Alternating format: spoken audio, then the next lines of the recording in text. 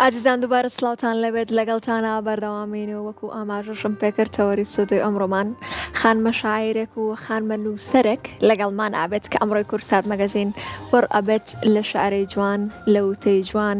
و نوێترین بەرهەمی ئەو خانمە شاعیر و نووسەرە کە بڵاوی کردێتەوە کە ئەویش خانمە شاعیر و نووسەر گوڵزار فەرەجە کە دوایین کتێبی خۆیان بە ناوی باوێزەی باخی میر بڵاو کردێتەوە باسێک لە ئەو کتێبەوە بەرهەمەکانی دیکەی ئەو خانمە نووسەر و شاعیراکەین و ئەمڕۆ لە سودی کورسان مەگەزین میوانمانە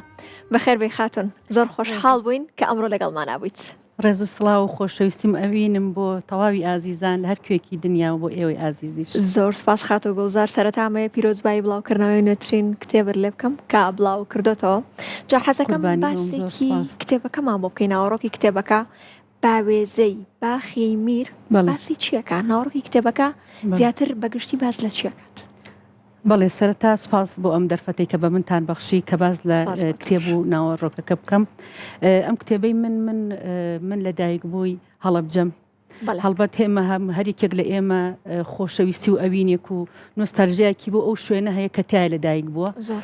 کەم تا زۆرێک ڕەنگە ژیانی مناڵیم هەتا لە هەڵەبجە و لە خورماڵ بەسەر بردبێ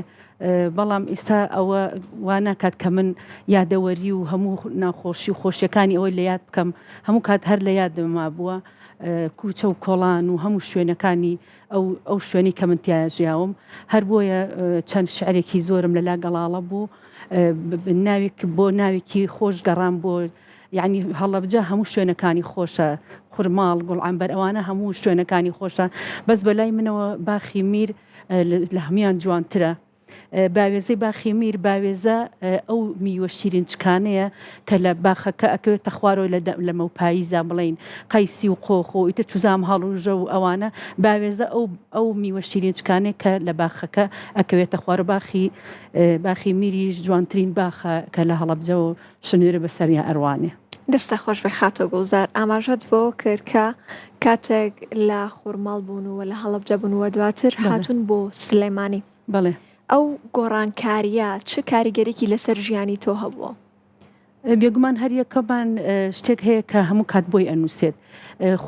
خۆشی و خۆشبەختی ئەو کاتانە و ئەو ساتانی کە تۆ لەویا گوزەرێک کردو هەرچەند ئێمە کاتی ڕەوە کۆڕەوەکەشە ئێمە هەر لە خورماڵ و هەڵەبجەوە چوین بۆ دیوی سنوورەکانی ئێران ئەوە یادگارێکی تاڵیش هەبوو لەو کاتانێشە شعرم نووسی بەڵام شعرەکانم زۆر لە ناوچوون بەڵام هەموو کاتێک ئێمە بۆ سەیران و بۆ گەشت و یعنی ئەو نە شوێن و مەنزڵگایەکی خۆشە ئەو نە سروشتێکی جوانی هەیە هەڵەبجە تۆ حەزەکەی هەموو کات شعرەکان و نووسینەکان سەر بەوێ بن و حەزەکە یعنی هەگ بێک هەج و شێک لە لای تۆیا بێت لەوێەوە دەست پێکەیت و بینوسی لەبەرەوە جوانیەکان هەمووی لەوێ بوون و بەس ئیتر کردوشمەتەنا ئەم کتێبەوە زۆربەی جوانیەکان. زۆر باشە کەواتە خاتۆ گوڵزار مادەم ئەوڕمان لە ڕابردووی تۆیەوە بە هەر باسێک لە تەمەنی 15 ساڵیت بکەین با بزانین مامۆستاکان بە چ چاوێکەوە لە تۆیان ئەڕوانی وەچیان بە تۆوت. بەڵێ من هەر لە بناڵیشمە هەر وەکو هەگبەیەکی نووسینم هەموو کات هەبوو هەموو کات حەزم بە نووسین بوو لە مەکتەب بڵێن لە هاوڕەکانمە ئەو کاتە داڕشتن و ئەوانە هەبوو من خۆم یارمەتی هەمویانم ئەیە مامۆستاکان زۆر جار بە منیانەوە نووسەر بچکۆلەکە لەوێ زۆر یعنی هەشتێکیان بواە لە داڕشتنی کوردی و لە ڕێزمان و ئەوانە ئاهاتنەوە بۆ لای من چکە لە بەرەوەی من لە هەگم بما هەبوو یعنی نووسین و خوێندنەوە و دایمە ئەو شتانم هەبوو یارمەتیم ئەیان هەر بۆ بۆنێ شما مامۆستاکان ناڵم هەر پیانەوەتم نووسەر بچووکەکە هەر ئەو کاتە ئەمە ژوای لە من کرد کە زیاتر هەوڵ بم زیاتر بخوێنمەوە زیاتر بقاڵبمەوە لە نووسینەکان و لە خوێندنەوەکانمە ئیتر ئەوە بوو دوای ئەوە وەجبێکی چاکم نووسی کە بەس لە کاتی ڕەوەکە زۆربیان لە ناوچوون لە چەند شوێنێکیش باسم کرد ئەوە بوو بە ئەفسوسێک لە لای من بەڵام ئەوە ڕێگریکی وا نەبوو بۆ من کە واز لە نووسین بێنم و ئیتر چۆنەڵی دەست خەڕۆبم و هیوا بڕاو بم دەستم پێ کردە وردە سپاس بخوا ئێستا ساحێبی بڵێن خاوەنی حەو کتێبی چاپکراوی خۆمم لە هەموو سایتەکان و لە کوردستانی نوێ لە 2015ەوە ئەنووسم لە بەشی ڕاگەیاندنی ژنان 2 ساڵ و نیو تقریبن بۆ 3 ساڵ دەستەی نووسەران بووم لەوێ سپاس بخوا ئەم نووسینانەم وای کرد کە من هەز بە خۆم کەم دوای ئامانجێ بکەم کە ئەویش ئامانجی نووسینە و هەگبێ بە هەگبێکی پڕەوە بە مێشک و حەزێکی پڕەوە هاتم بۆ نووسین. خاتۆ گوڵزارەکەمی نووسینی خۆتە لە یادە کاتێک کە تەمەنت مناڵ بۆی کەمی نووسینی خۆت نووسیوە لەبیرەمە لەبارەی چی و نووسیتە ئەگەر دەقەکەشە بەتەواتی لەبیر نەمابێ و ئەگەر بیریشی مابێ حەزەکەین ئاماژەی پێ بکەی؟ وەڵا ڕەنگە بۆ دەقەکە لە بیرم نواوێ بەڵام من ئەو کاتە زیاتر پەخشانمە نووسی پەخشان و پەخشانە شێعرمە نووسی پەخشانیش خۆی چۆنە جۆرێکە لە داڕشتن باسی شتێکی دیاریکراوەکە بەس ئاها بە کەلیماتێک بە وشەیەکی بە وشە سازێکی جوان چۆن بڵێم ئاوا ئیتر پەخشانم ئەنووسی خزمێکمانە ئیسە کۆچی دوایی کردووە نووسینەکانم پیشانە کە لە ڕەوەکە هاتینۆنیوی فەوتا و دوایەوە پیشانمە وتی ئەمانەی تۆ زۆر جوانن ئەمانە پەخشان و پەخشانە شعرن وەکو نووسینەکانی بەڕێز برایم ئەحمەد وایە کە لە گۆڤاری گەلاوێژە بڵاوی کردوێتەوە زۆر جوانە بەخشانێکی هەیە بەرەو ڕووناکی وتی ئەوەی تۆش وەکو ئەوانە تقریبەن زۆر جوان وەکۆی ئەوە وایە توانی بەردەوام بی ئیتر پەخشانەکانم ئەنووسی وردە وردە ئیتر لەسەر خۆشەویستی نیشتیمان لەسەر دایک و باوک لەسەر ئەو کێشە و ئەوانی کە لەو کاتەیە هەبوون وڵای بیرم نییە بەس ئەو نازانە پەخشان و پەخشانە شعر بەوانە دەستم پێ کرد. دەستە خۆش بێ خاتە گوڵزارکەواتە هەر مادەم هاتی بۆ نێو ستودیۆی کورسات مەگەزین حەزەکەین پارچە شعرێکمان لە نێو نوێترین کتێبی خۆتا بۆ بخوێنیتەوە. چاو خۆش بێت.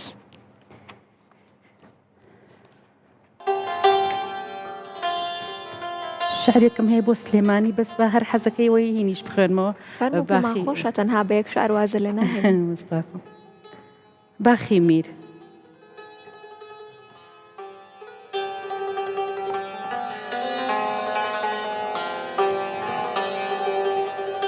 لە شنروێوە لێ دەڕوانم هەر وەک ئەو شۆخە ناسک و دڵتەڕەی کە لە ئێواران مەڕەکانی کۆ دەکاتەوە و چاوی پڕ لە کرد دەکات جار جار ئاورێک دەداتەوە وەک بە دوای ونبوویەکدا وێڵ بێت حەز دەکەم وەک باویلێک بێم و سەردانێکت بکەم وەک سەمەندەر ئەم چڵ و ئەو چڵ بکەم و سیەکانم پڕکەن لە بۆنی درەختی تەڕ و جوانت ئارەزوو دەکەم خۆشیەکانت بە باڵی ئاسۆدا هەڵزن و ئارەزوو دەکەم خۆشیەکانت بە باڵای ئاسۆدا هەڵزن و ئێستا بێ ئەنوام لە دووری خۆشیەکانت ئەو کات ببووی بە نوا و پەناگەم بەڵام ئێستا وەک بەرگێڵەم و نیمە ڕاز و میوانم تۆ پێرو و هێرشۆ ئێستێرەی منی خۆزیا باوێزەی باخت دەبووم کە باگژە دەیوەرێنێ و لە کاتی بوو لێڵی ئێواراندا شنەی شەماڵ ئەبووە کورتە هەناسەکان بۆ گیانم یان دەبوومە بارانی خەیاڵت و بریقەی هەستی تەڕی بژوو پۆی باخت ئەی حەبیبەکەم ئەی هەڵەبجەکەم. دەنگ خۆش بێ خاتە گوڵزار زۆر سپاس بۆ پێشکەشکردنی ئەم شارە جوانە. جاوا باسێک لە ئەوە بکەین کە مامۆستا ئیدریس عەبدوڵڵا لێکۆڵینەوەیەکی جیهان بینی بۆ ئەم کتێبەی تۆ کردووە کە بڵاو کردوتەوە و کتێبێکیشی لەسەر نووسیوە پێم وابێ دروستە. حەزەکەم ئاماژەیەک بۆ بکەی کە با بزانین دکتۆر ئیدریس چی لەبارەی کتێبەکەی تۆ وتووە ئایا چ ڕەخنێکی هەبووە یاخۆ چ پێشنیار و چ شتێکی هەبووە لەسەر کتێبەکەی تۆ؟ بەڵێ وەک ئاشکرایە بڵێن ئەو بەڕێز دکتۆر ئیدریس عەبدوڵڵا کە مامۆستای زانکۆ پرۆفیسۆر و دکتۆرە لە زانکۆی سەلاحەدین لە هەولێر ئاشنا بوو بە شیعرەکانم پێی ڕاگەیانم وتی ئەمەوێت توێژینەوەیەکی ڕەخنەی و جیهانبینی و بەلاغەت بۆ شیعرەکانم بکەم وتم ئەوە جێ شانازیە کە من شیعرەکانم بتوانێت یعنی تۆ لەسەری بنووسیت و توێژینەوەی ڕەخنەی لەسەر بکەیت. ئیتر ئەوە بوو بەرەبەرە شیعرەکانم بۆ نارخۆشی هەمووی بینی بوو لە ڕێی فەیسبوک و ئەمانەوە کە بینی بووی وتی زۆر سەرسامم کە پێی وتم وتی نیوەی شیعرەکانم بۆ کردویت بیڵی و نێڵی و یعنی حەسکەیت من ئەگەر تۆش هینکە من بۆ خۆم کردومە شیعرەکانت چونکە نووسینێکی جوانە وشێکی وشەسازی ڕەسەنیتیایە یعنی وێنای شعریتیایە تۆتی کە سەیری ئەەکەیت جیهانێکی لە سروشتێتە بەرچاو کە ئەی خوێنیتەوە. ئەیتر بنیشتم زۆر شانازی پێوە کە موردە وردە ئیتر دەستی پێکرد ئەوە سێ چوار مانگێکی ویست ئیتر هەمووی بۆ ناردم بە وەردێک وتی ئەمەتا کە بینیم بڕوا بکە هەر ئەوە نازام فرمێسکی شادیاڵێ بە چاو ماهاتە خوار یعنی من وتم من بتوانم شعرێک بنووسم کە خەڵک پێی کاریگەر بێت زۆرم پێخۆش بوو ئیتر بە وەرد بۆی ناردم وتی بالای خۆت بمێنێتەوە ئەم کتێبە بوو کە زۆر شانازی پێوەکەم وتی بە لەلای خۆ بمێنە بە وەرد ئەتوانی چاپیشی نەکەی بەس منیش لە سەروبەندی ئەمەیە بووم ئەم کتێبی شعریم چاپە کرد ئەم زیاتر ئەم شعرانەشی تیا و لەگەڵ شعرەکانی ترمە ئیجاوتم ئەوە دەردی کاباڵێ بە نیشانەیە بە هەردوو کارە کوژم دوو چۆلەکە کوژم ئەرۆڵە کە من هەر چاپی ئەمیان بکەم هەردووکیان بە شانازیەوەی تر ئەوە بوو زۆر یعنی ئەزانی چۆن ئەو نە قاڵبۆتەوە لە وشەکان تا ئەوە بە جوانی ئەو ڕخنانی نووسیوە خۆی بۆ نووسەر دوو جۆر ڕخنە هەیە ڕخنەی شکێنەر و ڕخنەی ڕوخێنەر منیش ڕێگویستم بێمە سەر و باسە پێم بڵێ ڕخنەی دروستکەر و ڕخنەی ڕوخێنەر دڵنیام کاتۆ هەردووکیانت بۆ هاتووە هەم ڕخنەی ڕوخێنەر بۆ هەم ڕخنەی دروستکەر ئایا ڕخنەی ڕوخێنەرەکان کاریگەریکی ئەوتوان هەبوو لەسەر تۆ یاخود با بڵێن ڕخنە دروستکەرەکان لە جێگەی خۆیان نابوون کە تۆ بە خۆتا بچی تۆ بڵێ بەڵێ ڕاستە ئەبێ من ئەم شتە لە خۆما چاکەمەوە ئەم جاریان بۆ ئەم کتێبیان ئەم شتیان دووبارە ناکەمەوە ڕاستەکەی ئێمە لە جیهانی ئەم جیهانی کەتایە ژین لە نەک هەر لە سلێمانیا لە هەرێمی کوردستانیا لە عێراق لە هەموو دنیاە لە تەواوی جیهانە لە تەواوی جیهانە ئەو ڕخنەیە هەیە زۆر کەس هیوا هەیە تۆی بە هیچ شێوەیە قبول نییە ئەگەر نووسینێ بێ ئەگەر یعنی هەچ کارێکی جوان بکەیت بۆ ئەو زەڕوی سفرە لەبەر ئەوە ڕخنە بشگرێت یان نەگرێت تۆ خۆت مەبەستەکەی ئەزانی کە هەر لەویا مەبەستەوەی کە تۆ بڕوخێنێ لەبەرەوە گوێی پێنای بەڵام کەسێکی کەسێکە ئەکادیمیە کەسێکە کە لە بواری ئەدەب و هوەر و ئەمانەی هەمووی قاڵبەتەوە یعنی بە وشێک تۆ لە ناخی تێئەگەیت من ئەوانە بە ڕخنەی دروستکەردانێم بەس ئەوەی کە هەر بە هیچ شتێک بە هیچ شێوە کتۆی بەدڵ نییە ئەوانە ڕخنەی ڕوخێنەر بەس ناشیەمەوە لە ڕووی بەڵام هەچ کەس ڕخنە بگرێ من هەوڵێم خۆمی لێ بسێنمەوە یعنی ئەو تێکەڵ و ئەوانەی نابی لەگەڵە تێکەڵ بە چۆن بە ئەدەب بە هوەر یعنی جاری وایە تۆ شعرێکە نووسی پیشانی ئەڵێ ئەوە جارێکی تر بڵێن جارێ ڕوو لە دەرگای جارێک تر ڕوو لە دەرگای نایی بڵێ بزانە جوانە یان نایان هەر پێویست ناکە بەڵام ئیتر ئەوەی کە ئەو ڕخنانە زۆر کەس من زۆر دروستی کردوم زۆر پێم خۆش بۆ یعنی کارم لەسەر کردووە ڕخنێک کە بۆم هاتەبێ زانیومە ئەمە ڕخنەی دروستکەرە یان ڕخنەی ڕوخێنەر و ئەو شتانی کە جوان بۆ لەم نانەبووە هەوڵما و دروستی کەم لە خۆمە زۆر باشەکەواتە با باسێک لە ئەوە بکەین کە تۆ ئەم کتێبە و لەسەر ئەرکی خۆ بە چاپگەیان دۆ ڕاستە بۆم باسکە ئەو بەربەستانە چین کاتێک کە بۆ تۆ دروست بوون ئەم کتێبە و لەسەر ئەرکی خۆت بە چاپگەیاندەوە چ بەربەستێک هەبوو لە بەردەمی تۆیەک و نووسەر و شاعرێک بڵێ من هەموو جارێک ئەڵێم ژنان ئێمە ژنان پتێ و نەتەوە یان ئەچینە دوکانێکی ئاڵتۆن زۆرمان حەز لێ سەیری هەموو شتێک بکەین بەس من ئەچمە کتێبخانەیە وازانم هەموو دوکانی ئاڵتۆنە بۆ من لەبەر ئەوە کە کاتێک هەدەستم مایە ئەم کتێبە کە چاپی کەم یعنی پارێکی مادەیەکی ئەوە سویلێکی ئەوە بەدەستەوە نەبوو کە بتوانم هەردووکیان ئەوە بوو دەستمای پارچەی ئاڵتۆنی خۆم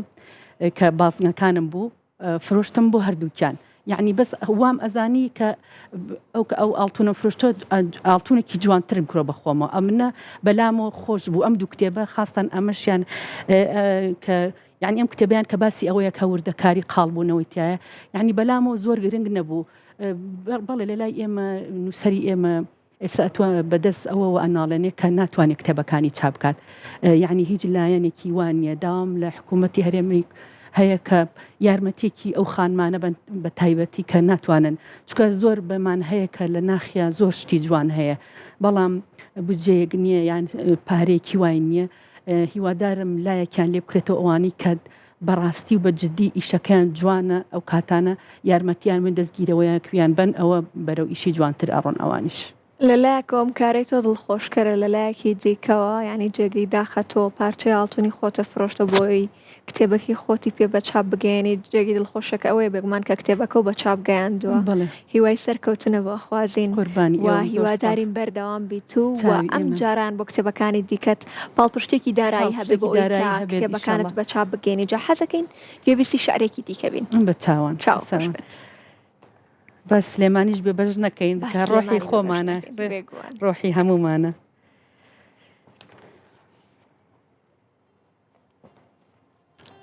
بەسان بەمەیان ئەمجاران ئاینەکە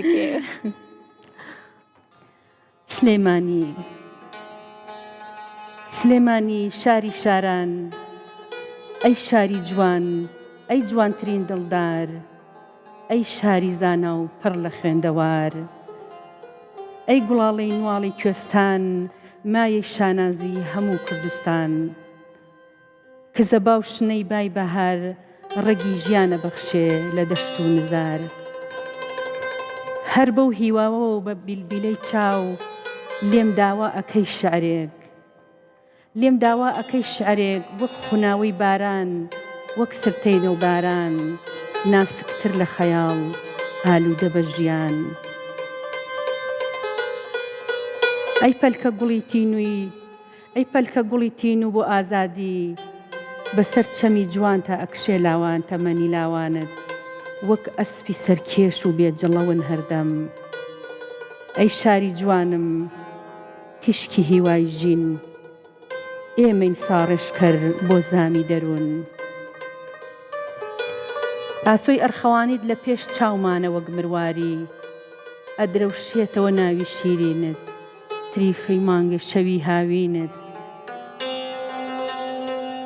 ئەدرەوشێتەوە ناوی شیرینت تریفەی مانگە شەوی هاوینت پلەی کەماڵە بەخشێ کوچە و کۆڵانت هەر لە مەڵکەندی هەتا بەکرەجۆ کوچە و کۆڵانت هەر لە مەڵکەندی هەتا بەکرەجۆ ئەوینن عەشقن شەقامەکانی تۆ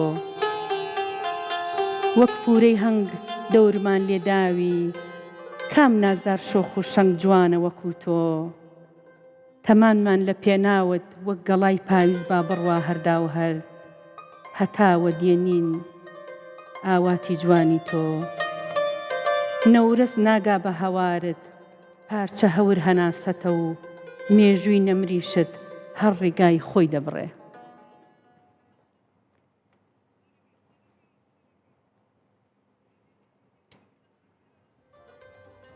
دەنگ خۆش بێ خاتۆ گوڵزار سپاس بۆ تێکستە جوانەکەت بۆ شارە جوانەکەت